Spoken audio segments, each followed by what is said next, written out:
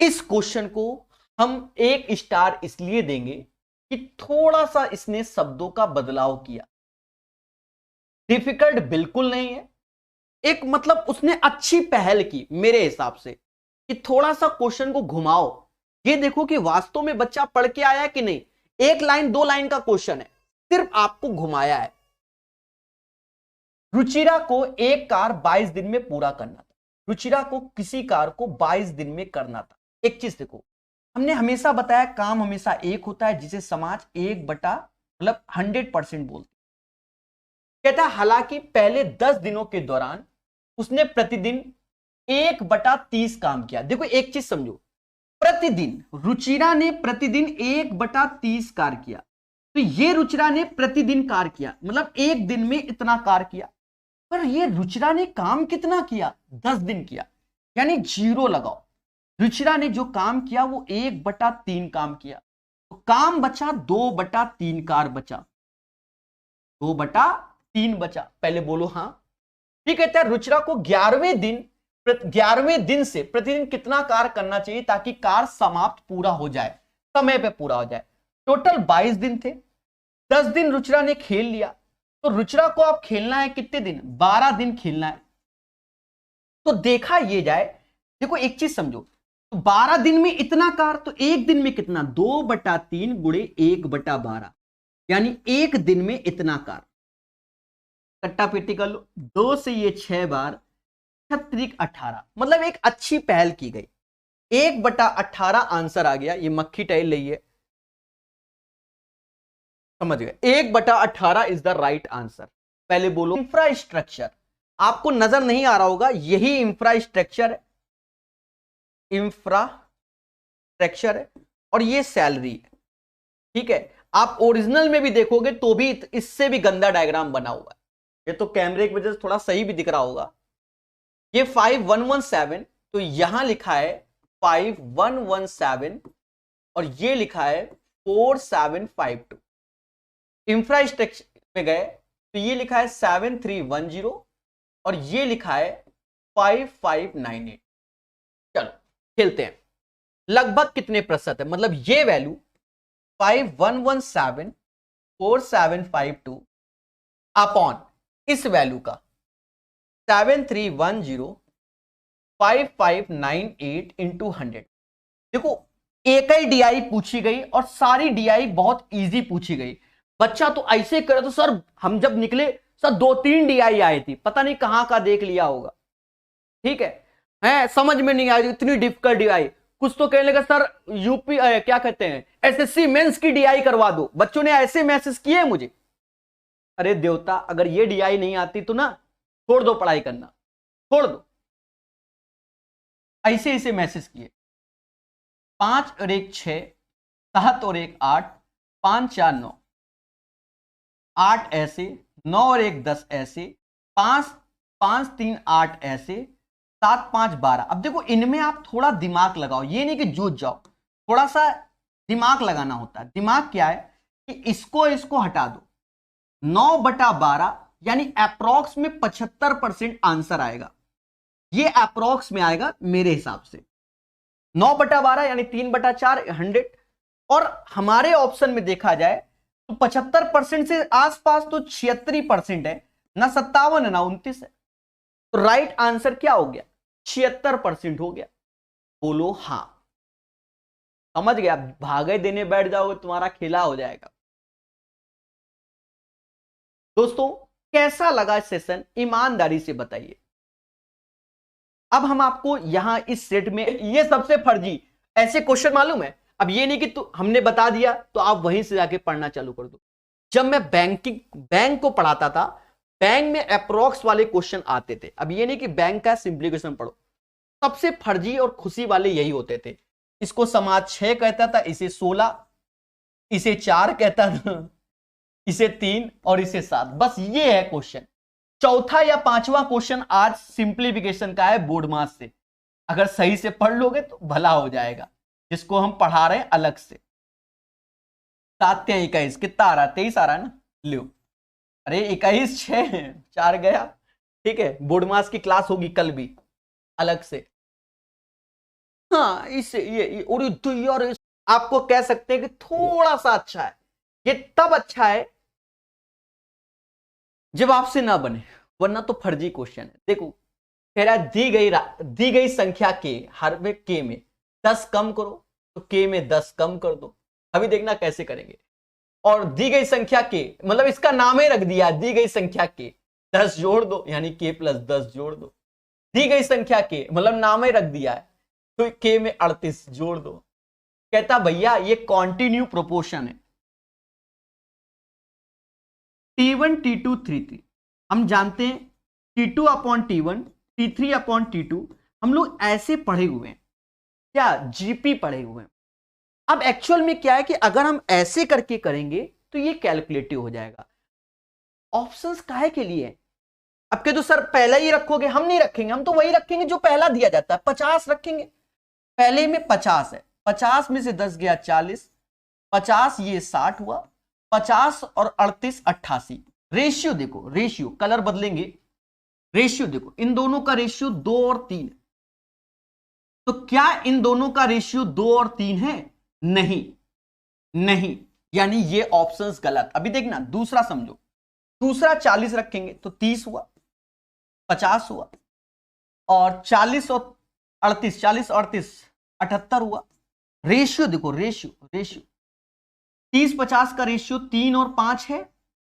तो क्या इन दोनों का रेशियो 3 और 5 होगा? कहां से होगा? 3 और 5 का रेशियो नहीं बनना है, यानी ये भी गलत। अब 60 रखो, 60 जो आंसर है वही रख रहा है, ये रखोगे तो ये आ जाएगा 50 70, और ये 60 रखोगे तो ये 98। अभी पेशेंस से देखना मेरे देवताओं, अब ये क्वेश्चन आपके लिए टफ हो जाते हैं क्योंकि कभी सॉल्व ही नहीं करोगे आप। देवता इसका रेशियो देखो 5 और 7 है। अब देखो यहां पर 5 और 7 का रेशियो आ रहा है, बिल्कुल 14 गुणे 14 पंजे, यानी यही हमारा आंसर। कैसा लगा? बोलो बोलो, टेल टेल। अब कुछ बच्चे सोच रहे होंगे के करके सॉल्व करें। अरे हम के करके क्यों करें? कॉन्सेप्ट इज द पावर, जो पढ़ेगा वो बढ़ेगा। हर चीज को सिखाते हैं मोहब्बत से। अरे ठोको लाइक, 500 लाइक हुए कि नहीं हुए अभी तक? अरे दैया रे, अभी तो 500 लाइक नहीं हुए। कोई बात नहीं, जहर है। इस क्वेश्चन को चलो हम अच्छा मान लेते हैं एग्जामिनेशन हॉल में, ये भी हमारा चलो अच्छा क्वेश्चन है कि आपके पास इतना टाइम नहीं होता सोचने के लिए। कोई बात नहीं, कोई बात नहीं, ये भी एलसीएम एचसीएफ का क्वेश्चन है, हल्का सा अच्छा क्वेश्चन की श्रेणी में इसको भी हम डाल देते हैं। ठीक है, ये भी पर है बेसिक, है बेसिक। जिसने कॉन्सेप्चुअल पढ़ा है हो जाएगा। कहता मान लीजिए n वह छोटी संख्या है जो विभाजित करने में मैंने यही क्वेश्चन पढ़ाए हुए हैं। n है ना, देखो हमने बताया है बच्चा कि एलसीएम लेना है 15, 25, 35, 40, 42। अब आपको भी याद आ रहा होगा, यहां के रखो प्लस शेषफल 1, 271 से भाग देना बस। यानी अब पहले क्या था कि ऑप्शन से 271 का मल्टीपल देख के बच्चा खुश। मैटर क्या है कि अब बच्चों को ये एलसीएम लेना पड़ेगा। 99% बच्चा तो सिर्फ एलसीएम में ही खेल जाएगा। पहले समझो अपना तरीका, ये 25 है तो एलसीएम 25 होगा। हाँ, सबके अंदर के 5 को निपटा दो मेरे भाई, सबके अंदर के 5 को खा गया ये। अब देखो अगर मैंने ये 8 रख लिया तो 8 ऐसे, तो इसके अंदर के 2 को भी खा गया। 21, 3 और 7 21 ही होता है। ये समाज एक 200 कहता है, 200 गुणा 21 200 कहता है ना, 4200 इसका एलसीएम होगा। 4200 एलसीएम होगा, यानी 4200 की प्लस 1/271। आपको हम बता दें, आपको हम बता दें बड़े प्यार से,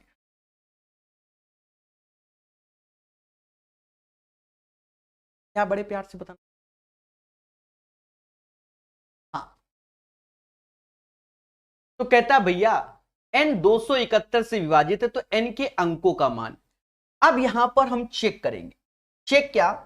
जैसे k बराबर 1 रखा, k बराबर 2 रखा, k बराबर 3 रखा, ऐसे करके आपको चेक करना पड़ेगा। उसके लिए भी हम करेंगे। देखो मुझे मालूम है कि यहां पर क्या रखना है, हम आपको साफ बताएं मुझे साफ शब्दों में मालूम है कि क्या रखना है, फिर भी हम नहीं रखेंगे और फिर भी हम आपके सामने बिल्कुल जैसे एग्जामिनेशन हॉल में बच्चा जूझता है वैसे जूझेंगे। मुझे मालूम है कि यहां के भाई मैंने तो पहले सॉल्व किया है ना, क्या रख के आंसर आपको टोपी पहना दे, पर ऐसा बिल्कुल नहीं, तरीका समझो। हाँ, एग्जामिनेशन हॉल वाला जो प्रेशर में बच्चा रहता है, अभी बता दूंगा के बराबर 2 रखो तो तुम खुश हो जाओगे, हम नहीं बताएंगे, हम ऐसे भाग देंगे 271 का, सीधी सी बात, हम कितना जूझें, भाग देंगे तो देंगे, एक बार में जाएगा, यहां 9 आएगा, 11 में से 7 गया, 4 आएगा, 149 आया, 0। अब 5 बार रखो, 5 7 पना 35, 3 हासिल और 13, यहां 5 आया, यहां 3 आया, यहां 135 आया, 135। देखो हम आपके सामने जूझने की पूरा ड्रामा करेंगे। अब यहां पर आप देखो, अब यहां देखो कि के की वैल्यू हम क्या रखने जा रहे हैं, के बराबर हम 2 रख रहे हैं। 2 क्यों भाई, 1 रखेंगे 135, 136, 271 नहीं जाएगा, 2 रखोगे तो 135 दूना 270 और 1 71, यानी के बराबर 2, यानी जो ये संख्या होगी 4200 का दुगना 8400 प्लस 1, यानी 8401 वह संख्या होगी जो 271 से डिविजिबल होगी। हमसे कह रहा है अंकों का योग बताओ, 8 plus 4 plus 0 plus 1, total 13 answer आएगा। इतिहास गवाह है, बहुत प्यार से ये क्वेश्चन सॉल्व किया है, जितनी कैलकुलेशन, और 7825 में 2996 4752, बड़े पेशेंस से करना क्योंकि यहां घटाने हटाने में माइनर सी मिस्टेक बहुत होती है। देखो कॉमन सेंस को लेके चलना, ये देखो 7800, ये 4, यानी यहां स्टार्टिंग में 3 आना ही है, इसमें कोई दिक्कत नहीं, ये भी ध्यान रखना। अब 5 में से 2 गया 3 आया, 5 में से 2 गया 3, 12 में से 5 गया 7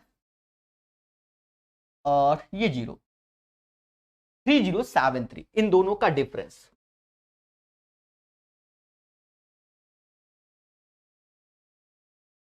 इसमें घटाओ, 15 में से 6 गया 9 आएगा, 15 में से 6 गया 9, 11 में से 9 गया 2, और अब ये हो जाएगा 17, 17 में से 9 गया, 17 में से 9 गया 8, और 6 में से 2 गया 4। सावधान रहना घटाते समय, ये 6 आएगा, 14 में से 9 गया 5 आएगा, अब ये 6 यानी 16 में से 9 गया 7 आएगा, 1756 ये आएगा। अभी भी आंसर नहीं आएगा, कहेगा के अंकों का गुणनफल ज्ञात करो। अब बच्चा इसमें क्या करो, 2 नियरेस्ट वैल्यू का अंतर ले लो।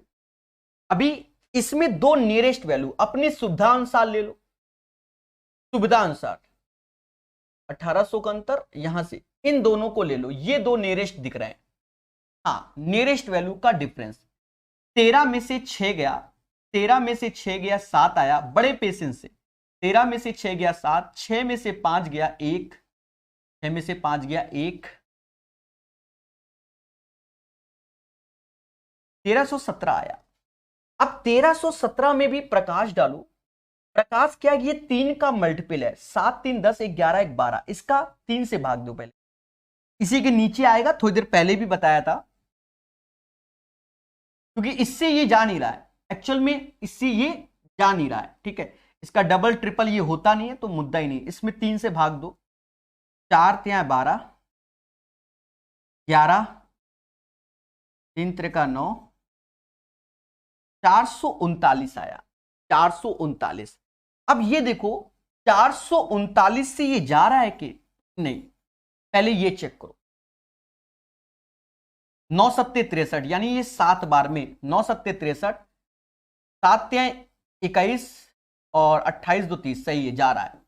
अब ये सब जाएंगे, यहां 9 लिखा है, इसका मतलब 11 बार में, क्योंकि इसके बाद 0 लगाओगे तो 11 बार में, यहां 6 तो ये 4 बार में जाएगा, यानी इसका एचसीएफ 439 आएगा।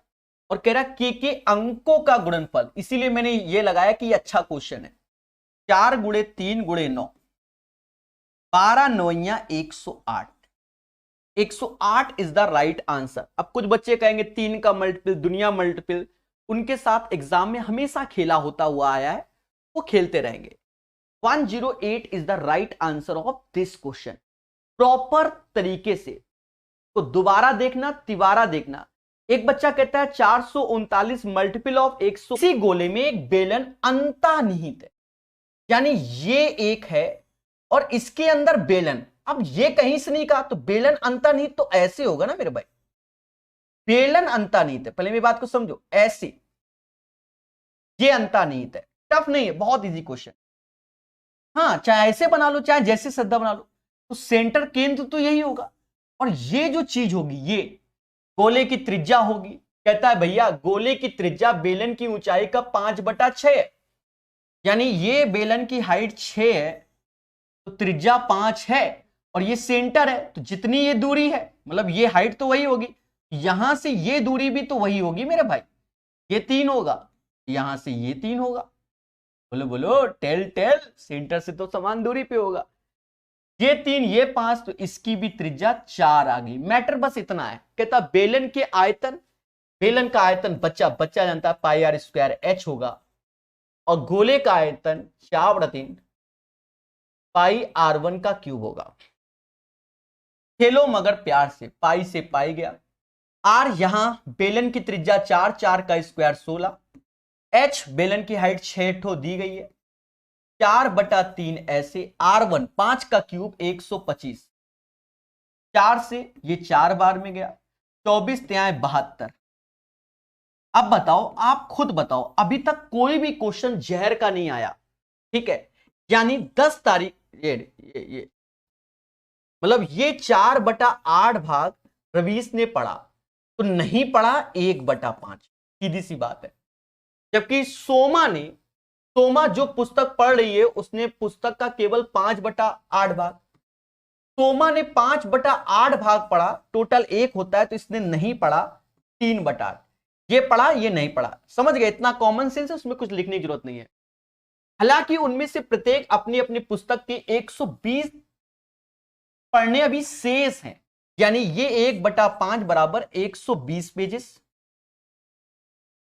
और ये 3 क्योंकि ये रिमेनिंग वाले हैं इतने पेजेस। ये तो क्वेश्चन पढ़ लिया। अब मोटा मोटा पहले थोड़ा खेल लें।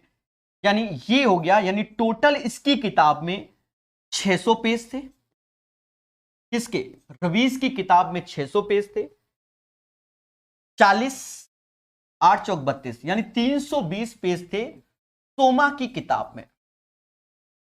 फिर कहता है सोमा ने रवीश द्वारा पढ़े गए पृष्ठों की संख्या का कितना हिस्सा पढ़ा? सोमा ने तो 320 पेजेस पढ़े, 320 पेजेस पढ़े, और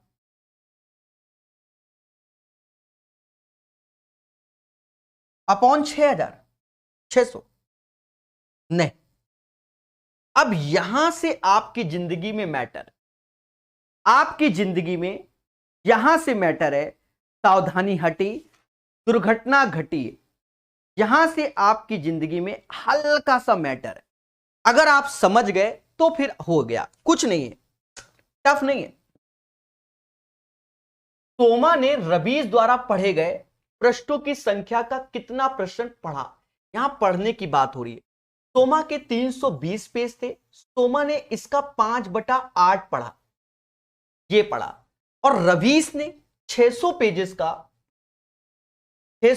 का कितना पढ़ा? 4/5 पढ़ा। यहां सावधानी रखना, कट्टा पिट्टी में बहुत खेला होता है, मेरे साथ भी खेला होता है बहुत ज्यादा। 8 चौका 32, समझ गए? ये 10 बार में गया, 0 से 0 गया, 5 से ये 12 बार में गया, यानी ये 12 और ये 5, यानी ये समाज 5/12 उत्तर हमारा, यही इसका आंसर होगा। ठोको लाइक, बोलो हाँ। वर्ग का क्षेत्रफल इतना है, वर्ग की प्रत्येक भुजा का माप ज्ञात करो। साफ साफ दिख रहा है, साफ साफ दिख रहा है। चलो एक स्टेप बढ़ा के लिख देते हैं। 9x का होल स्क्वायर, 4 का स्क्वायर, 2 ऐसे, 9x इंटू 4, और प्लस ऐसे। नहीं दिख रहा तो आप स्वयं जिम्मेदार हैं। 9x प्लस 4 का होल स्क्वायर बराबर ए स्क्वायर, क्योंकि प्रत्येक भुजा का माप ज्ञात करना है, ए बराबर 9x प्लस 4 आ गया। जब हमने देखा तो कोई भी ऑप्शंस मैच नहीं कर रहा, तो पेपर हॉल में हमको हो गई टेंशन। तो हमने देखा सबसे पहले में 2 कॉमन लिया गया, हमने इससे 2 कॉमन लिया। जब हमने 2 कॉमन लिया तो 9x/2 प्लस का 2 हो जाएगा। ये हम ऑप्शंस को देखकर नहीं, यहां जब 2 को कॉमन ले रहे हैं, 2 का गुणा ये। अब देखा ये चीज पहले ऑप्शन में यहां 1 था, यानी ये चीज हमें प्राप्त हुई दूसरे ऑप्शन में। Right answer of this question बच्चा जान गया। सभी लोग सेशन को शेयर जरूर करो, थोड़ा सा प्यार दिखाइए। कल आंसर की आई और आज कंप्लीट कर रहा हूं, बहुत बड़ी बात है, और बिल्कुल मोहब्बत से।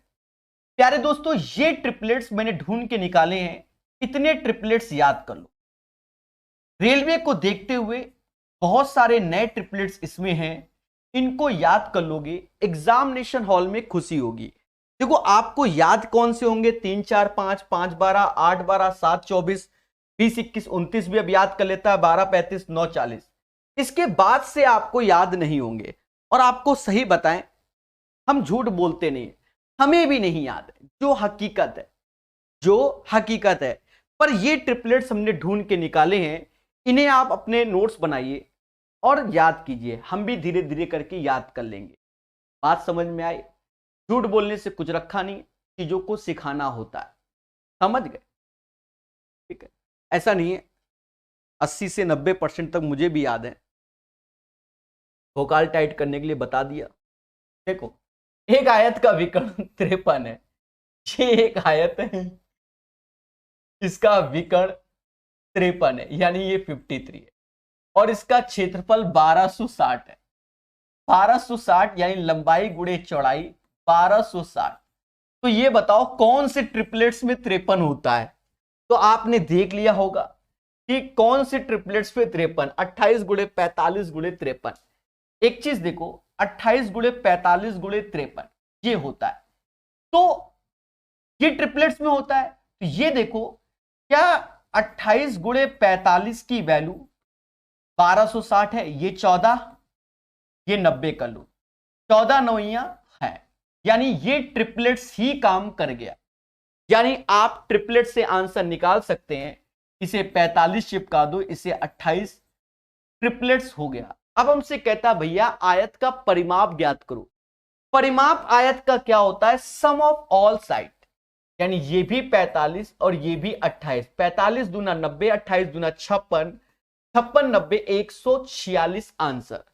यानी इस क्वेश्चन का आंसर हमारा क्या आएगा? 146 आएगा। जिसको ट्रिपलेट्स नहीं याद है मेरे प्यारे दोस्तों, तो इसे आपको सॉल्व करना पड़ेगा। कहता है वर्ष 2013 में परिवहन पर किए गए व्यय और सभी वर्षों में कुल मिलाकर परिवहन पर किए गए कुल व्यय का अनुपात क्या होगा? वर्ष 2013 पे परिवहन यानी ट्रांसपोर्ट पे किया हुआ व्यय, 2013 पे ट्रांसपोर्ट पे कितना किया गया? 2013 परिवहन पे किया गया व्यय और सभी वर्षों में कुल मिलाकर परिवहन पर किए गए कुल व्यय का अनुपात, ये 60 और सभी का अनुपात बोल रहा है, यानी इन सबके योग कर लो। 8 2 10 1 11 हासिल 1, 8 7 15, 15 6 8 7 15, 15 6 कितना होता है? 21, 21 4 25, 1 26।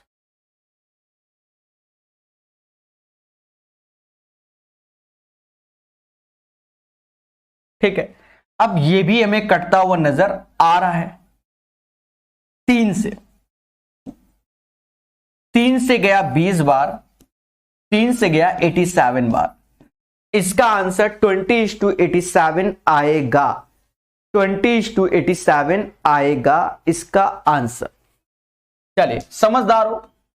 लास्ट क्वेश्चन 33 नंबर कहता है यदि उत्पाद X की 5000 इकाइयों का उत्पादन किया था, उसके परिवहन पर 36,000 की राशि व्यय की जाती है।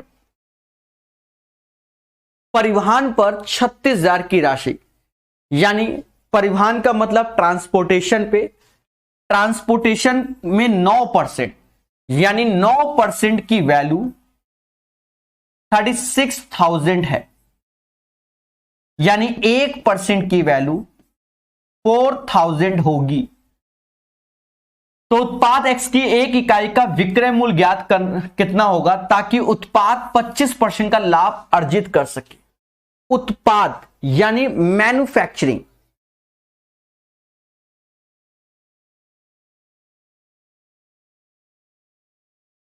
नहीं एक सेकेंड, अच्छा, उत्पाद X की एक इकाई का विक्रय मूल्य, देखो उत्पाद तो ये पूरा का पूरा है, पूरा का पूरा, यानी 100% की वैल्यू, 100%, 2 जीरो थे, 2 जीरो थे। पहले मेरी बात को समझो, कहता है यदि उत्पाद X की 5,000 इकाइयां, यानी जो टोटल आपके पास काम हो रहा है वह कितना हो रहा है, 5,000 हो रहा है। फिर कहता है और उनके परिवहन पर 3600 की राशि का व्यय हुआ। परिवहन यानी ट्रांसपोर्टेशन पे 36,000, सॉरी 9% बराबर 36,000 के 1% बराबर 4,000, 100% यानी पूरे प्रोसेस में 4 लाख है। हाँ, 4 लाख का खेला हो रहा है। पहले बोलो हाँ।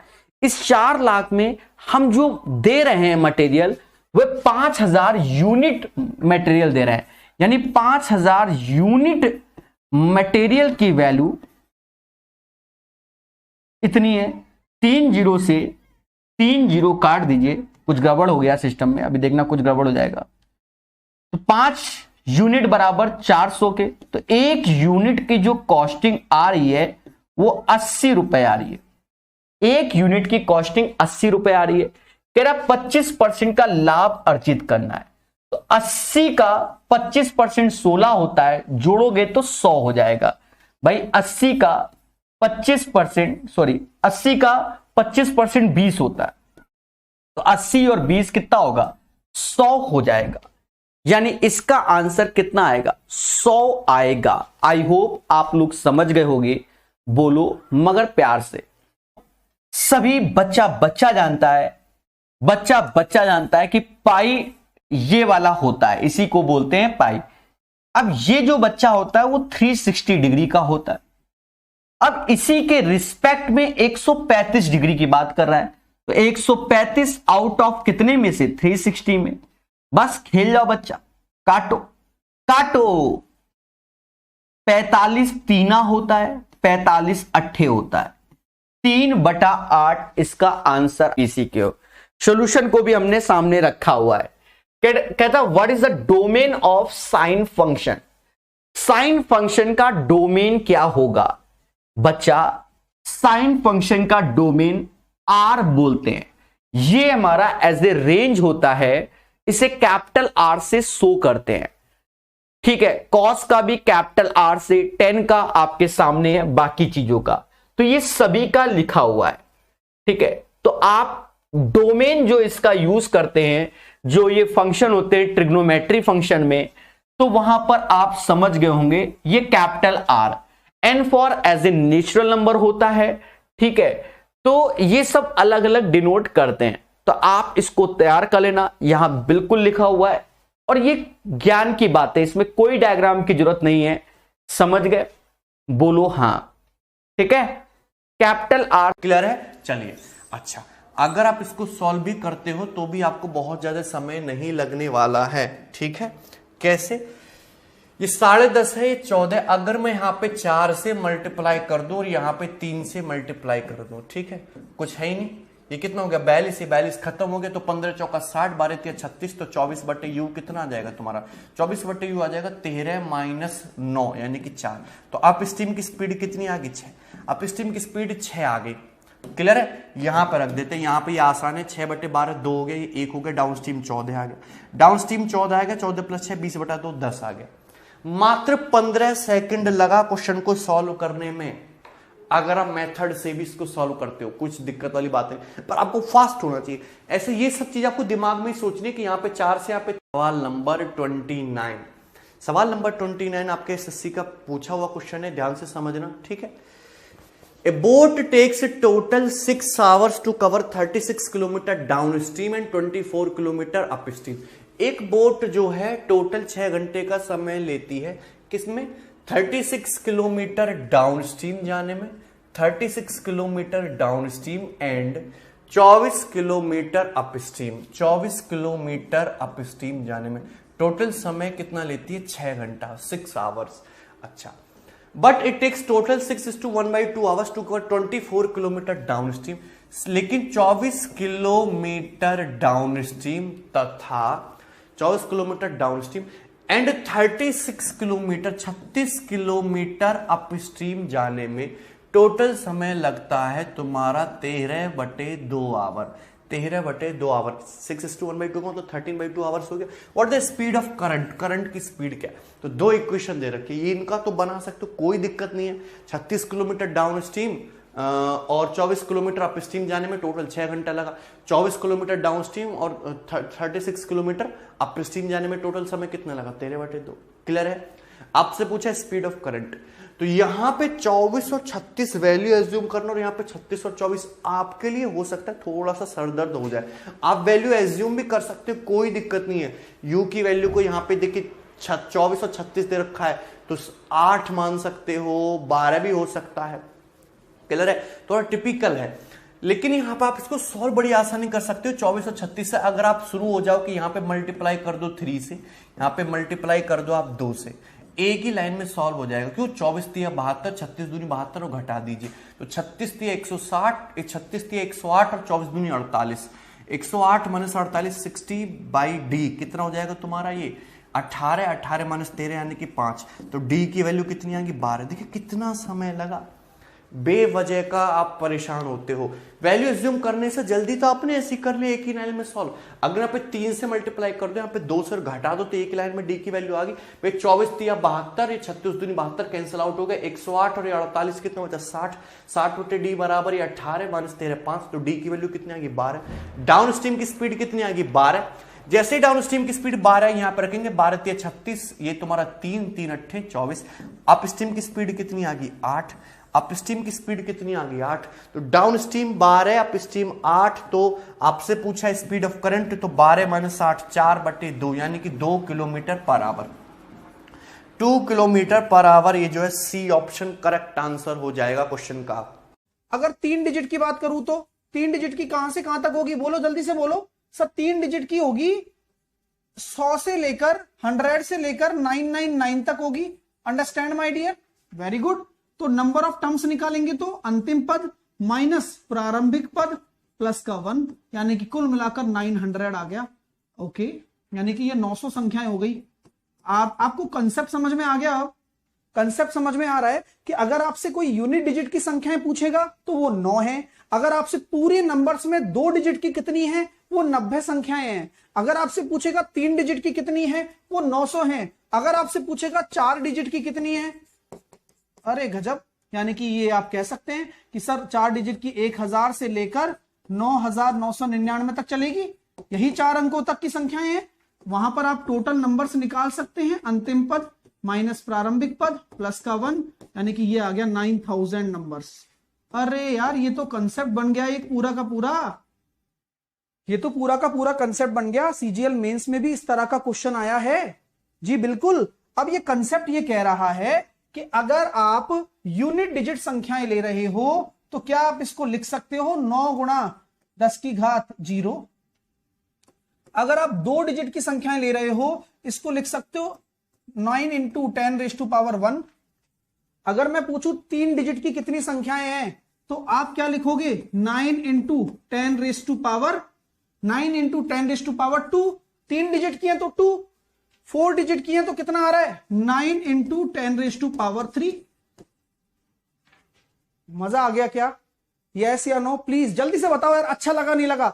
एक ही स्लाइड में खत्म है काम, हो गया बस। अच्छा, इस क्वेश्चन का क्या जवाब होगा फिर, 10 अंकों की कितनी होंगी, तो 10 अंकों की जो संख्याएं होंगी वो क्या हो गई 9 into 10⁻9। Option number D will be your right answer.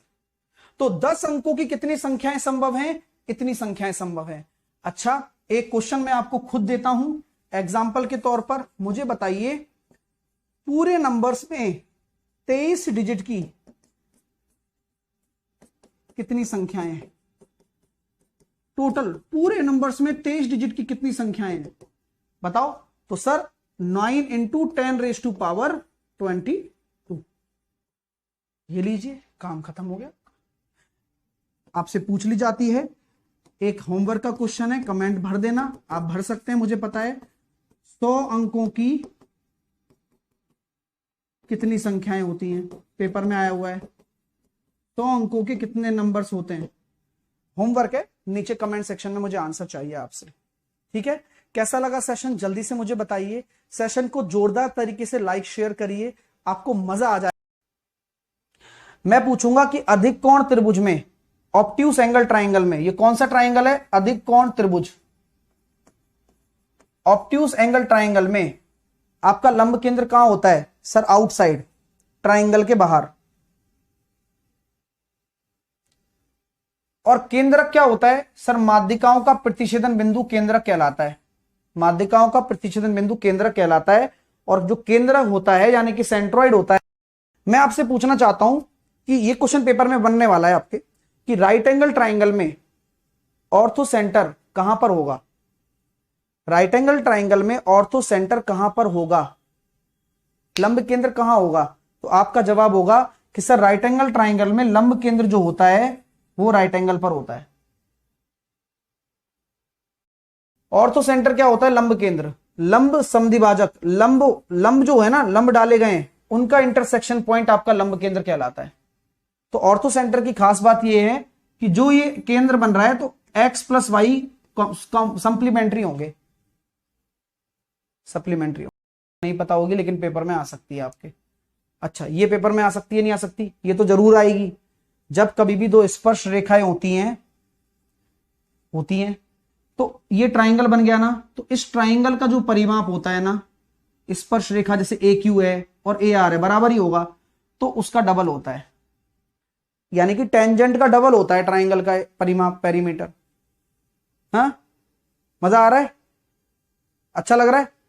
चलिए अगला, ये क्वेश्चन पेपर में डायरेक्ट पूछा जाएगा कि एक चक्रीय चतुर्भुज के कोणों के जो बाइसेक्टर होते हैं, कोणों के जो बाइसेक्टर होते हैं, उनसे जो एक चतुर्भुज बन रहा है, ये कौन सा है? ये भी साइक्लिक क्वाड्रिलेटरल ही होता है। हाँ, चलिए, आपसे बोल दिया कि यार इस तरह का कोई ट्राइंगल है, या फिर ऐसा कह सकते हैं कि त्रिभुज में भी कभी कभार फंसा देता है ऐसे। तो ये जो कोण है, ये वाला जो कोण होता है, इन तीनों कोणों के योग के बराबर होगा। ठीक है, आपको ये प्रॉपर्टी भी दिमाग में रखनी है। जैसे कि मान लो ये एंगल दे दिया, ये एंगल दे दिया, और एक आपको दे देता है यहां पर परपेंडिकुलर, और ये दे देता है एंगल बाइसेक्टर, और इनके बीच का कोण पूछ लेता है, जैसे कि यहां पूछा गया है DAE। तो ये क्या होता है? ये जो अगल बगल के एंगल हैं उनके अंतर का बटे 2। आपको पता होगा कि किसी भी ट्राइंगल में एक आंतरिक कोण का बाइसेक्टर और एक बाह्य कोण का बाइसेक्टर जहां मिलता है, तो जो तीसरा एंगल है उसका आधा हो जाता है। मजा आ रहा है, नहीं आ रहा? चलिए, आपको पता होना चाहिए कि अगर कोई, ये मैंने अभी बता ही दिया आपको, ग्रेटर देन वाला कंसेप्ट है, ये डायरेक्ट आपके ऑप्शन के थ्रू फॉर्मूला बनेगा, तो मैंने ये डायरेक्ट लिख दिया यहां पर, है ना। चलिए, अभी मैंने जो बताया था ना आपको कि किसी वृत्त के परिगत खींचे गए चतुर्भुज की सम्मुख भुजाओं का योग बराबर होता है, याद आ रहा है आपको? अभी मैंने बताया था ये, लेकिन सर दोबारा, ये आप जानते हैं कि किसी भी इक्विलेटरल ट्राइंगल में अगर ये साइड दे दी और किसी अंदर बिंदु स्थित है, उससे 3 आपके परपेंडिकुलर दे दिए, तो क्या होगा? H बराबर आप P1, P2 और P3 मान सकते हैं ना। और अगर मैं साइड निकालूं तो क्या हो जाएगा बताओ? तो सर आपने H बराबर बताया था कि √3a/2 होता है। A बराबर आप निकाल सकते हो 2 times of P1 plus P2 plus P3 upon √3। लिख लो ये वाली देखिए, यहां बोला गया है सर CF और AE माध्यिका है, ठीक है, तो क्या होगा, राइट एंगल ट्राइंगल होगा ना, तब ये प्रॉपर्टी काम आएगी जहां पर माध्यिकाओं का रोल होता है। जैसे कि CF और AE जो माध्यिकाएं हैं राइट एंगल ट्राइंगल में, दिख रहा है ना, उसका 4 गुना बराबर होता है हाइपोटेनस के 5 गुने के। आइए, ये माध्यिकाएं एक दूसरे को 90 डिग्री पर काट रही हो, दो माध्यिकाएं एक दूसरे को 90 डिग्री पर काट रही हो, तो ध्यान से सुनना, ध्यान से सुनना, 90 डिग्री पर काट रही है ना, तो यहां पर हमें केवल साइड से मतलब रखना है, माध्यिकाओं से कोई लेना देना नहीं है। अच्छा, बिल्कुल, तो जो 90 डिग्री है उसके सामने क्या है, BC है, तो 5BC का स्क्वायर, और जिस पर दो माध्यिकाएं हैं AB स्क्वायर AC स्क्वायर। इसको नोट कर लो कि पेपर में प्रश्न आता है कि जब दो माध्यिकाएं 90 डिग्री पर काटे, तो देखो जो काट रहा है ना उसके सामने वाली भुजा का तो 5 गुना कर दो, बाकी दोनों भुजाओं के स्क्वायर का योग कर दो। Angle bisector theorem, angle bisector theorem मतलब अगर मान लीजिए ये थीटा है, तो AB का BD से अनुपात, लिख लेना, AB का BD से अनुपात, AC का DC से अनुपात, ये मोस्ट फेमस थ्योरम है। AB का, या ऐसे भी बोल सकते हो AB और AC का जो रेशो होता है वो समानुपात होता है BD और DC के रेशो के। अंडरस्टैंड, ये बहुत अच्छा थ्योरम है, और सेम एक्सटर्नल वाला भी है, same to same. Apollonius theorem, जहां पर आप क्या कर सकते हैं, अगर ये AD माध्यिका है, AD आपकी क्या है, मीडियन है, तो आपको मीडियन निकालनी पड़ जाए या सामने भुजा को 2 बराबर भागों में बांटना पड़ जाए, तो अगर ये मीडियन है तो इसकी लेंथ निकालने के लिए काम आता है ये। कैसे सर, आसपास की साइड दे देगा आपको, तो AB square plus AC square बराबर बराबर, ये निकालना है ना, हाँ, लेकिन 2 टाइम्स कर दो, प्लस 2 टाइम्स करके क्या करूं, जो सामने वाली भुजा है उसका कोई भी हिस्सा ले लो, BD ले लो या DC ले लो, तो हम BD ले लेते हैं, कोई बड़ी बात नहीं है, DC ले सकते हैं, कोई भी बड़ी बात नहीं है, लेकिन एक हिस्सा आएगा, लेकिन लिख लेना, ये काम की थ्योरम है ना, अपोलिनियस थ्योरम इसको। आगे बात आती है कि अगर मान लो AD BE और CF ये आपकी मीडियन दे रखी है, तो याद रखना कि कभी भी किसी भी ट्राइंगल में, सुन रहे हो ना, कभी भी किसी भी ट्राइंगल में उनकी भुजाओं के स्क्वायर का 3 गुना उनकी माध्यिकाओं के स्क्वायर के 4 गुने के बराबर होता है। और ये इससे भी याद रख सकते हो कि ट्राइंगल का एरिया 4/3 होता है माध्यिकाओं के ट्राइंगल के एरिया के। ठीक है, चलिए आगे चलते हैं। ये कौन सी थ्योरम है, Apollonius theorem, cross letter theorem, जहां पर आपको दो आपको भुजाएं रखी होंगी, ऐसा बोला जाएगा कि इसका शीर्ष यहां मिल रहा है, इसका शीर्ष यहां मिल रहा है, तो जो इनका पर्टिकुलर बिंदु है उससे BD पर जो F पर मिलता है, तो EF की वैल्यू बताओ, तो जो आपका EF होगा यानी कि 1/z वो बराबर होगा 1/x/1/y, तो 1/z बराबर होता है, आमने सामने वाले जो पोल्स हैं इसको बोलते हैं क्रॉस लेटर। नाम से साइन रूल, साइन रूल क्या कहता है, अगर कोई ट्राइंगल बन रहा है तो A/sin A उसकी भुजा, और B/sin B C/sin C बराबर 2r, और ये r होता है, r क्या होता है, सरकम रेडियस, परित्रिज्या होता है। ठीक है, तो हाँ लिख लेना। सर मुझे पूरा प्रूफ जानना है, मैंने इसी चैनल पर वीडियो बनाया हुआ है, मैं कह रहा हूं इसको सब्सक्राइब कर लो, आपकी समस्या खत्म हो जाएगी गणित की। देखो सर, कोसाइन रूल क्या होता है, अगर मान लो कोई ट्राइंगल दे रखा है, उसके बीच का एंगल दे रखा है और 2 साइड दे रखी हैं, तीसरी साइड निकालनी हो, तो A square plus B square minus C square upon 2AB, तो ये वाला एंगल आ जाएगा cos C। चलिए आइए, हाँ ये देखिए, अगर दो जीवाएं आपस में इंटरनली काट रही हो, तो दो जीवाएं आपस में इंटरनली काट रही हो, तो ये प्रॉपर्टी पे स्टार बना लेना, तो क्या होता है, वही काम, AE into EB DE into EC, AE into BE CE into DE। Clear है, समझ में आ गई बात, तो इसको नोट कर लो। ये अंदर अगर मान लो कोई स्टार आ जाए, मजा आया नहीं आया, अरे बोल दो यार, अरे बोल दो भाई साहब, ऐसी क्या शर्म कर रहे हो। तो स्टार आ गया, स्टार पे कितने बिंदु हैं, बाहर उसकी चोंच देख लो, तो सर ये तो 6 चोंच वाला है, 1 2 3 4 5 6, 6 चोंच वाले स्टार के सभी कोणों का योग कितना होगा, सभी शीर्ष कोणों का योग, यानी कि A plus B plus C plus D plus E plus F, तो A plus B plus C plus D plus F, आपकी लाइफ बदल जाएगी। 6 - 4 × 180, ये पेपर में प्रश्न पूछा जाएगा, ये मैं अभी बोल देता हूं, 360 डिग्री।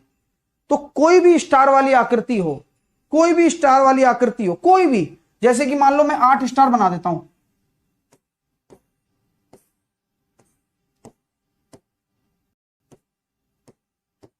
ये बन गए 8 स्टार। तो अब शीर्ष कितने हो गए? 8 हो गए, बना के दे देगा भाई। 8 स्टार बने हुए हैं, 8 शीर्ष बिंदु हो गए, 720 में आएगा। अगर किसी भी पॉलीगन का एरिया निकालने को बोल दिया जाए तो, ये गजब बात है, तो किसी भी पॉलीगन का एरिया निकालने को बोल दिया जाए तो n/4 a square cot 180/n, n/4 a square cot 180/n। मेरा आपसे यह प्रश्न है कि अगर षटभुज आ गया, समषटभुज, तो इसका एरिया कैसे निकालोगे? क्योंकि पेपर में यही पूछा जाएगा आपसे। समषटभुज जिसकी 6 भुजाएं हैं, इसका एक जुगाड़ आप पहले से ही करके जाएं। तो समषटभुज का मतलब 6 इक्विलेटरल ट्रायंगल से मिलकर बनने वाला आकृति, 6 समबाहु त्रिभुज से मिलकर बनता है। हाथ के हाथ यही कवर करवा दिया मैंने, ठीक है। चलिएगा, कमेंट में बताइए इस एस को क्या बोलते हैं? एस को क्या बोलते हैं? एस को बोलते हैं सेमी पेरीमीटर। एस को क्या बोलते हैं हम? Semi perimeter. सेमी पेरीमीटर बोलते हैं ना। एस को क्या बोलते हैं? सेमी पेरीमीटर, अर्ध परिमाप बोलते हैं। a + b + c/2। तो अगर मान लो इन रेडियस निकालनी है, यानी कि इसके अंदर बने हुए किसी वृत्त, कोई भी वृत्त हो, अंत्य त्रिज्या निकालनी है, तो r बराबर होता है एरिया अपॉन अर्ध परिमाप। याद कर लोगे क्या? अरे गजब है यार। और सर अगर बाहरी त्रिज्या निकालनी हो तो कोई भी विषमबाहु त्रिभुज हो, कोई भी, हाँ उसके लिए तो वो होता है सब तीनों भुजाओं का गुणनफल अपॉन 4 गुणा क्षेत्रफल। लिख लो ABC अपॉन 4 डेल्टा, ये R बराबर होता है परित्रिज्या बोलते हैं इसको, अगर आउटर रेडियस निकालनी हो। और अगर समबाहु त्रिभुज हो तो वो टिप्स पर रहता है। समबाहु त्रिभुज के लिए अंत्य त्रिज्या a/2√3 और बाह्य त्रिज्या a/√3 का योग इंटू उनके बीच की दूरी। एक चीज पूछता है कि असमांतर भुजाएं जो कि नॉन पैरेलल साइड्स हैं, अगर उनको मिलाने वाला कोई लाइन है तो उसकी लेंथ क्या होगी? अगर ये मिड पॉइंट है तो वो होती है सर दोनों पैरेलल साइड का बटे 2। ये नोट कर लेना, नोट तो सारे ही दूंगा मैं आपको, चिंता मत करो, पीडीएफ आपको टेलीग्राम, तो ये 180 - θ। तो पहला चीज क्लियर हो गई क्या? बोले यस सर क्लियर हो गई है। अब मैं पूछना चाहता हूं आपसे एक और एंगल। मैंने ये लाइन ऐसे मिला दी, देख लो। अगर ये वाला एंगल पूछूं तो कौन सा सर? OAB और ये वाला एंगल बराबर रहेगा, वो क्या रहेगा? ये थीटा है ना उसका, ऑलवेज। अरे ऑलवेज यार, मजा आ जाएगा तुम्हें पेपर में, हाँ ये गारंटी, ठीक है। तो ये अगर मिला दोगे तो ये OAB पूछता है अक्सर, या OBA, वो θ/2 रहेगा, जो ये वाला एंगल है उसका आधा। सर ये ऐसे कैसे? सिंपल थ्योरम है यार, 180 लगाकर कर सकते हो, आप कर सकते हो, बड़ी बात नहीं है, यहां मैं आपको रिवीजन करा रहा हूं, ठीक है। चलिए आइए, और अगर मान लो आपसे पूछा जाए कि इस क्वाड्रिलेटरल का एरिया निकालो, तो कैसे निकालोगे? इसको इससे मिला दो, ये एक राइट एंगल ट्राइंगल बन गया, ये एक राइट एंगल ट्राइंगल, तो एक का एरिया निकाल लो 1/2। बेस क्या लोगे? बेस आपका हो जाएगा OA, और आपका परपेंडिकुलर, ये परपेंडिकुलर है AP। और अगर आपको ये तो निकल गया इसका, अगर मान लो इसका एरिया निकालना है OAPB पूरे क्वाड्रिलेटरल का, ये आज CHSL में करवाया था मैंने, तो आप ये आंसर कर देना OA × AP, उसका डबल कर दिया। अगला क्वेश्चन, सर अभी तक तो आपने बताया था कि सर्किल के अंदर क्वाड्रिलेटरल हो, अगर सर्किल के बाहर हो तो ये प्रॉपर्टी बहुत काम की है कि AB और DC आमने सामने की भुजाओं का योग बराबर होता है आमने सामने की भुजाओं के योग के, ठीक है। अगर किसी क्वाड्रिलेटरल में एक रेक्टेंगल दे दिया और रेक्टेंगल के अंदर मैंने कहीं पर भी, ये जो बिंदु है ये कहीं भी हो सकता है, कहीं भी सर, हाँ कहीं भी, तो प्रॉपर्टी लगती है कि इस बिंदु से इसकी दूरी, इसकी दूरी, इसकी दूरी, प्रत्येक वर्टेक्स की दूरी कैसे देखना, AO OC, BO OB, सीधा जाना है, मुड़ना नहीं है, सीधा जाना है, सीधा जाना है। तो सर क्या होगा, प्रॉपर्टी क्या है, प्रॉपर्टी कैसे दिमाग में रखें कि किसी भी रेक्टेंगल के अंदर ऐसे बोल दिया जाए कि कोई बिंदु है, उससे D की दूरी, C की दूरी, B की दूरी, तो A की दूरी बताओ। तो प्रॉपर्टी ये होती है इसका स्क्वायर प्लस इसका स्क्वायर, OA और OC, OA और OC बराबर OD और OB, OB और OD और OB, स्क्वायर्स बराबर हो जाते हैं। ठीक है, मजा आ रहा है नहीं आ रहा यार, मेहनत को है ना।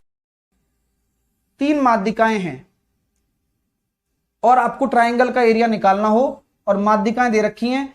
माध्यिका मतलब मीडियन, मीडियन क्या करती है, भुजा को 2 बराबर भागों में बांट देती है, वही मीडियन कहलाती है। अभी सब कुछ बताऊंगा, है ना।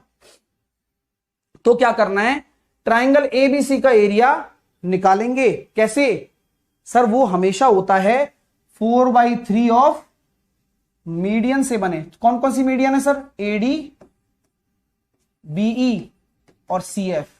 अगर ये तीनों मीडियन हैं तो इस तीनों मीडियन से बने ट्राइंगल के एरिया के 4/3 गुणे के बराबर होता है। ये याद रखोगे ना।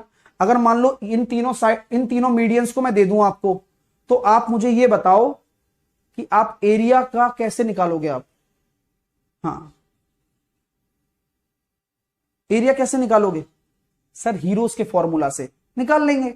और अगर ये ट्रिपलेट्स में हुई, अगर ये ट्रिपलेट बन रहा होगा भाई 3 4 5 होगा, तो अपना राइट एंगल ट्राइंगल लग जाएगा।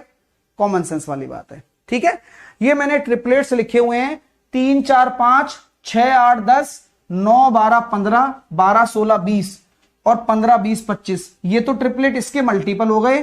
9 40 41 20 21 29 7 24 25 8 15 17 11 60 61 12 35 37 16 63 65 5 12 13 48 55 73। लिखो लिखो भाई, 48 55 73 13 84 85 119 120 169 119 120 169। ये भी ट्रिपलेट्स दिमाग में रखना। सर ये कैसे काम आते हैं पेपर में, ये भाई हर जगह काम आएंगे जहां भी राइट एंगल ट्राइंगल बनेगा वहां ट्रिपलेट का जलवा होगा, क्योंकि पाइथागोरस होता है ना, पाइथागोरस होता है इसलिए। हाँ, श्री कह रहा है सर बेसिक वाला है। यहां तक क्लियर हो गया भाई मामला। चलो अब आगे चलते हैं, आगे आ जाओ। सबसे खतरनाक, सबसे जानदार और 100% पेपर में प्रश्न आने वाली चीज सर ये क्या है, सुनो प्लीज। किसी राइट एंगल ट्राइंगल में अगर यहां से 90 डिग्री वाले से सामने भुजा पर लंब डाला जाए, परपेंडिकुलर डाल दिया, तो परपेंडिकुलर डाल दिया तो 2-3 ट्राइंगल बन रहे हैं। कौन से, एक ये वाला, एक ये वाला और एक बड़ा वाला, तीनों आपस में सिमिलर होते हैं। पहला एक क्वेश्चन बन गया। क्या ऐसे बोलेगा आपसे कि किसी ट्राइंगल में समकोण से सामने वाली भुजा पर लंब डाला जाता है, तो इस प्रकार बने ट्राइंगल क्या आपस में समरूप होते हैं? क्या 2 समरूप होते हैं? क्या एक अकेला समरूप होता है? या तीनों समरूप होते हैं? सब 3 ट्राइंगल बनेंगे, तीनों ही समरूप होंगे, एक छोटा वाला 2 और एक बड़ा वाला। ठीक है, अगर मान लो इसका BD निकालना हो, BD, तो BD निकालने का सबसे अच्छा तरीका है BC गिवन हो, AB गिवन हो, AC निकाल लोगे पाइथागोरस से, एरिया बराबर कर दो। एरिया कैसे बराबर करेंगे, 1/2 आधार इंटू ऊंचाई। इसका आधार AC है और ऊंचाई BD है, बराबर कर दिया, BD निकल गया। सर मान लो अगर BD ऐसे ना निकालना हो, दूसरा तरीका पूछा जाए तो दूसरा तरीका भी है। AD निकाल सकते हो, DC निकाल सकते हो। सर AD कैसे निकालूंगा? AD निकालने के लिए जो उसके साथ में भुजा लगी हुई है, AB स्क्वायर अपॉन AC। भाई साहब ये लिख लेना, ये एक एक क्वेश्चन आएगा। हालांकि पूरी PDF दूंगा, आप तो बस ऐसे देखो, बस ये चाहता हूं कि बस फोकस करके देखो। CD निकालना हो तो इसके साथ में लगी हुई BC स्क्वायर अपॉन AC लिख लो। और एक ये और होता है 1/BD स्क्वायर बराबर AB स्क्वायर BC स्क्वायर। और एक BD बराबर ये भी होता है √AD इंटू DC। ये और लिख लेना, ये और काम का है, √AD इंटू DC। ठीक है, हाँ चलिए, हाँ यार इसमें सुपर चैट भी आ गया, सुपर थैंक्स सुपर चैट। परित्रिज्या, अभी पूरा बढ़िया मजा आ जाएगा आपको। परित्रिज्या यानी कि R गिवन हो, सरकम रेडियस गिवन हो, सरकम रेडियस हो, है ना, सरकम रेडियस दिया हो, गिवन हो, और साइड्स भी पता हो, तो फिर एरिया कैसे निकाल सकते हो आप? तो फिर एरिया कोई निकालने का तरीका है क्या? हाँ, याद करो, एरिया को हम डेल बोलते हैं और उसका रिलेशन आप ऐसे निकाल सकते हो, सर R बराबर ABC अपॉन 4 डेल्टा। तो आप एक संबंध ये भी यहां पर आप दिखा सकते हो हमें, कभी कभार ये संबंध भी आपके काम आता है। अब जैसे कि आनंद कह रहा है सर A अपॉन √3, मतलब नहीं है ना दोस्त, आप चले गए आगे अब और आप समझ ही नहीं पाए कि आप वो क्यों लिख रहे हो, वो समबाहु त्रिभुज के लिए होता है भाई। हाँ चलिए, अगर मान लो सर इनर रेडियस दे दी हो तो उससे क्या संबंध है? Del upon S।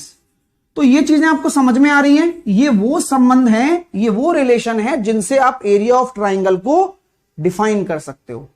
ट्राइंगल निकालना एरिया, तो हो सकता है कि आपको अर्ध परिमाप दे दे और छोटी अंत त्रिज्या दे दे। भाई यहां पर ये जो R है ये अंत त्रिज्या ही तो है, ये आपकी जो R है ये इनर रेडियस ही तो है। हाँ, यही सबसे अच्छी चीजें होती हैं कि सर हमारे दिमाग में क्लिक नहीं किया, कोई फॉर्मूला नहीं लगा। फॉर्मूले ऐसे लगते हैं कि जो इंटरनली काम आते हैं कई बार। ठीक है, हाँ, एक दिनेश कह रहा है सर वीडियो के लिए पढ़ाओ सर, रात को 8 बजे क्लास चलती है डेली, उसका होश नहीं है तुम्हें पता ही नहीं कि क्या चल रहा है देश में। कोई बात नहीं, चलिए, अब जिस बच्चे को नहीं पता रहेगा उसका कुछ नहीं कर पाएंगे। सर और कोई ट्राइंगल निकालने का तरीका? एक इस तरह का ट्राइंगल का एरिया भी निकाला जाता है, उस तरह के ट्राइंगल का एरिया भी निकाला जाता है जब 3 बिंदु आपको दे रखे हो। 3 बिंदु कौन कौन से? x1 y1, x2 y2 और x3 y3। तब कौन सी चीज लगाओगे? तब भी तो एरिया निकालना है। अब यहां कुछ और चीज काम नहीं आएगी, ये आपके कोऑर्डिनेट वाले सिस्टम में से एरिया निकालना हो गया। एरिया कैसे निकालोगे? सर एरिया निकालने का तरीका होता है 1/2, पहले ले लो x1, फिर आएगा y2 माइनस y3, और एक गजब, फिर आप ले लो x2, फिर आप 2 यहां ले लिया ना, तो y3 ले लो और बचा कितना? y1। अरे ये सही है। अब क्या लोगे? अब x3 बच रहा है, तो y1, अब 3 तो आ नहीं सकता, 2 ही आएगा। इस तरह का फॉर्मूला, और ये मोड में आता है ना, हमेशा पॉजिटिव। नोट कर लो, हाँ नोट कर लो प्लीज, पहले इस पर ध्यान दीजिए हर्षल, है ना, ये चीज क्लियर हो गई। तो आप षटभुज का एरिया, षटभुज का एरिया कैसे बताओगे? बताओ।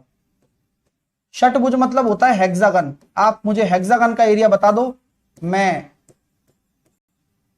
मान जाऊंगा। तो मैंने कल एक फॉर्मूला लिखाया था, किसको याद है? n/4 a² कॉट 180 डिग्री बटे n। याद आ रहा है? याद आ रहा है? कॉट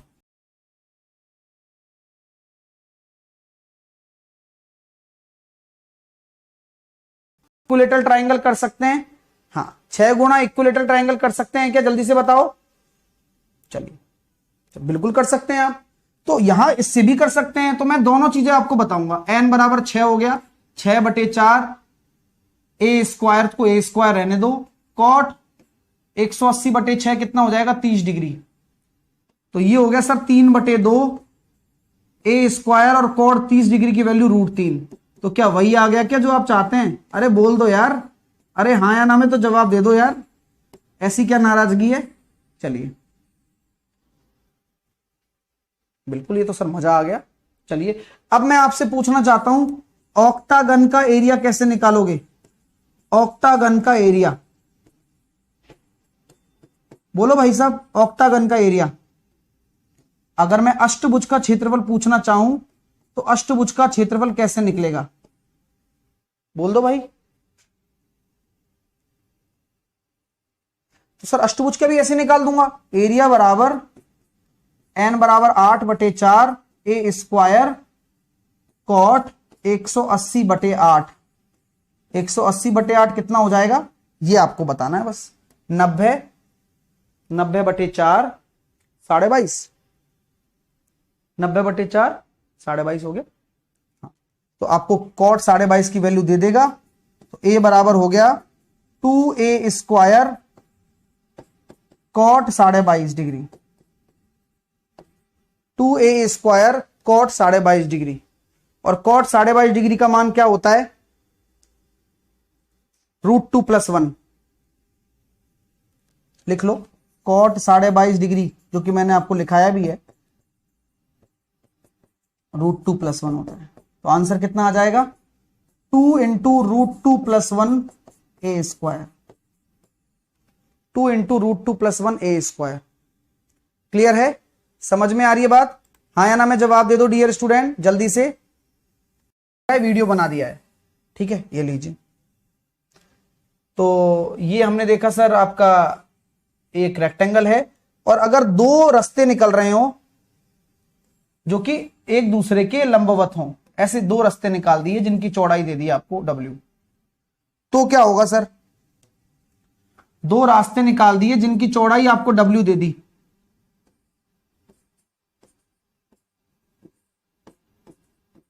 तो फिर इनर पाथ का एरिया क्या होगा, ये लंबाई है ना, ये लंबाई है और ये चौड़ाई तो फिक्स है। तो सर ये होगा लंबाई प्लस चौड़ाई माइनस का W × W। लिख लो, ये सब बहुत काम आने वाला है ये सब। अब यही पिक्चर अटकी पड़ी है तुम लोगों की। तो रेक्टेंगल की सबसे बड़ी चीज है सर, ये मान लो आपके अंदर वाला जो L है, ये अंदर वाला जो है विड्थ है। तो आपने बोला कि W चौड़ाई का एक रास्ता है ना, आउटसाइड बना दिया, आउटसाइड आपने एक रास्ता बना के तैयार कर दिया, दोनों तरफ W बढ़ेगा, दोनों तरफ W बढ़ेगा। ये बात याद रखा करो, क्योंकि ये पेपर में भी आता है कि यार टेबल के बीच में कुछ रख देते हैं, तो है ना। तो सर एरिया क्या होगा इस रास्ते का, तो एरिया बराबर, ये किसका क्षेत्रफल है, पाथ का, पाथ एरिया। पाथ एरिया क्या होगा, लंबाई प्लस चौड़ाई, दोनों तरफ W, तो 2W × 2W। W आपकी क्या है, चौड़ाई, किसकी, रास्ते की, और रास्ते का ही एरिया निकाला है मैंने, जब बाहर की तरफ हो, ठीक है। तो ये एरिया क्या है, आउटर पाथ का, बाहर बाह्य रास्ते का क्षेत्रफल है, आउटसाइड क्षेत्रफल। चलिए आइए अगला, मैं बोल देता हूं कि बाहर की तरफ अगर मान लीजिए L है और ये आपकी चौड़ाई है, और आपसे बोल दिया जाए कि सर इनसाइड पाथ का बताओ,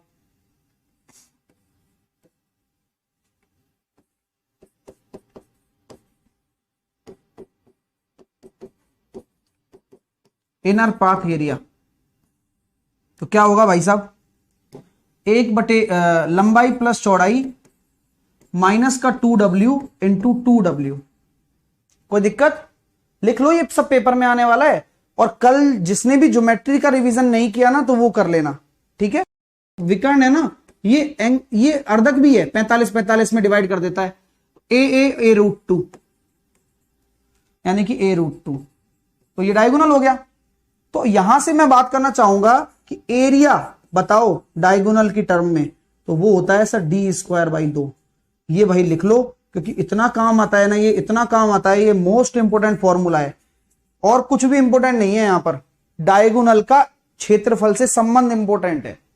और बताओ, तो आर्क, ये आर्क का चक्कर क्या है, मैं कहता हूं आर्क मतलब 2πr मतलब 360 डिग्री का बना हुआ चाप। तो मैं ये कह सकता हूं ये 2π का मतलब होता है एंगल। तो हमेशा याद रखना कि रटने की जरूरत कभी नहीं पड़ने वाली है आपको।